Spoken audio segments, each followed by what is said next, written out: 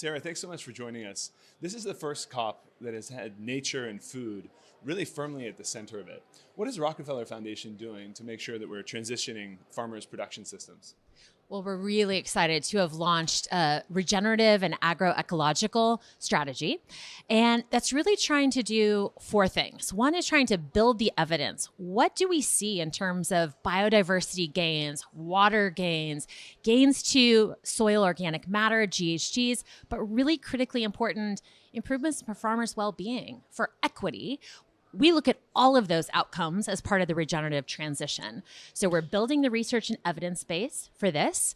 We're building what we would like to think of as a network of networks called Regen 10 that's really farmer-focused, landscape-focused, so that the definition, the choice of what we measure and consider for regenerative is really built from the bottom up.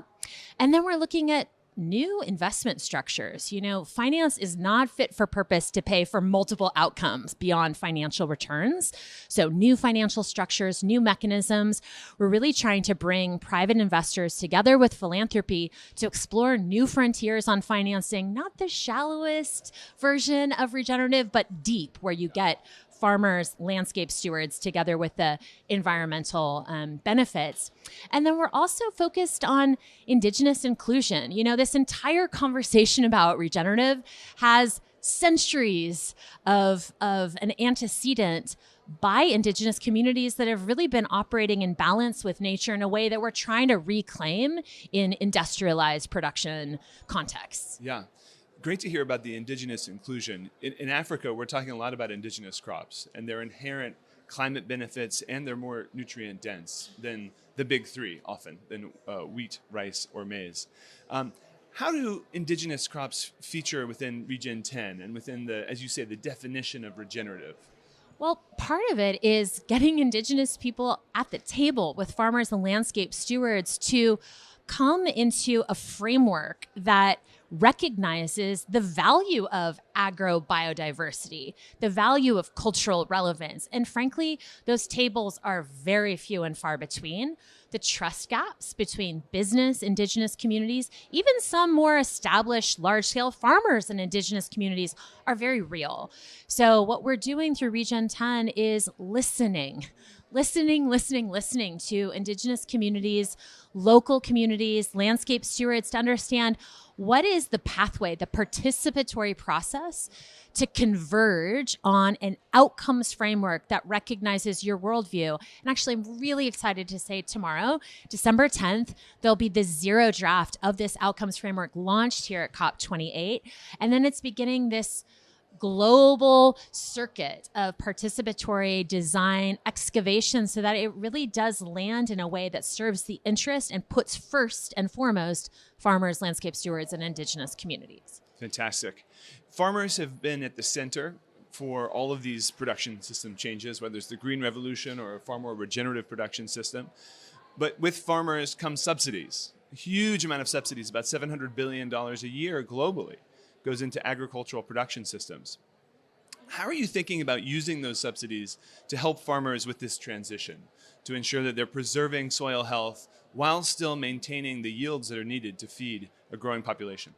Yeah, well, even going back to the frame on that question, Chris, I think, suggesting farmers have been center, I don't know, because that suggests that they hold the power. You know, when you're centered, it's like everyone's optimizing for you. And that hasn't been the case in the past. I think for this transition, it has to be. Otherwise, they won't transition. That's exactly it. And so what that means is analyzing all of the funding flows and policy flows against the asks of farmers. And we can see the demographic shifts. I mean, people are getting out of farming as quickly as they can. Yeah. They're pleading with their children, do anything but be a farmer.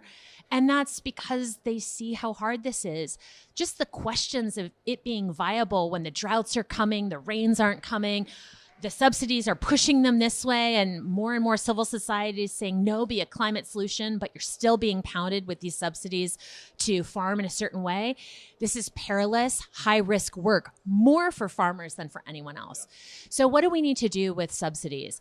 First, we need to examine how these subsidy flows are locking in certain kinds of perverse characteristics to farming. As 24 philanthropies on December 1st, first day of COP, we launched an analysis at global level to track where's the money in the system. Yeah. Where is the money holding in place the industrial agricultural system versus unleashing the potential of regen?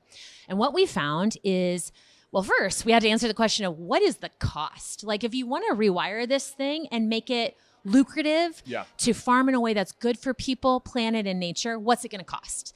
And we never had that number. Right. Our number, take out livestock, because frankly, the data is so shaky, we didn't feel confident putting it forward. $250 to $430 billion a year for 10 years. So if we're talking 4.3 trillion, that sounds like a lot. That is a lot. But when we look, as you said, at the actual funding flows from subsidies, we're already at almost that annually, right? So this is about a redirect. We are seeing that the flows that are actually supportive of regenerative are 44 billion a year. Okay. So our call is philanthropy. We need to 10x investment from philanthropy, from ourselves, from private investors, from public investors.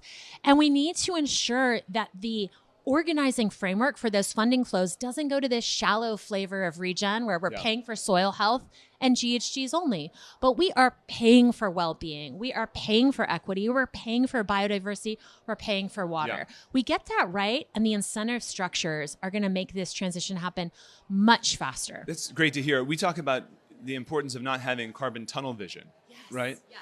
Exactly. We've got to be looking at land and water and biodiversity with exactly together and with the same amount of intensity. Now, as you know, a lot of our clients are the agri-input majors, the large consumer product companies. What's your message for them? Because as much as they can be part of the problem today, they also have the biggest levers to be part of the solution tomorrow. So what do you think they need to be doing to accelerate this transition? Well, I think the first thing they need to do is come to the table and listen. I think for so many institutions that hold the power, changing the direction of travel means being responsive to those we seek to support and empower first and foremost. So the tables, like the table Regen 10 is structuring, really allows corporates to come into, I think, a space of growing trust to hear, for a farmer in Brazil, what do they need to go on this transition? So that's one, come to the table with a listening posture. Two, they need to put some funding into farmers actually going on the transition. FAIR just released a report called The Four Labors. It analyzes the 79 largest corporates making claims on regenerative. Less than 8% of them put a single dollar behind farmers. So they're saying, yes, we'll be regenerative. If you can give us product that's regenerative, we will source it. So pushing it back onto the farmers. Yeah, you sort out this transition, then we'll purchase. Not enough. And third, we need new procurement arrangements. What are the procurement arrangements that have a long enough lead time, diminish the risk for farmers? And there's a data piece to this. I think a fourth call to corporates is let's get into relationships where data can be owned by farmers, shared with corporates to enable the traceability of all these claims for biodiversity, water, well-being, so we can all see it, we can all trust it, and we can see the value that the market is willing to pay for these new services that we expect and require of our food system. Great to hear you talk about data, because I think through our work with WBCSD, the Regenerative Landscapes effort, it's actually to collect the data in a way that allows us to keep it and look at it without exploiting it, and learn from what everybody is doing and share best practices. Because I think there's been a lot of hesitancy to do that to date. Sarah, really appreciate you stopping by and sharing what you're doing at Rockefeller and with Regen 10. Thank you. Thanks so much.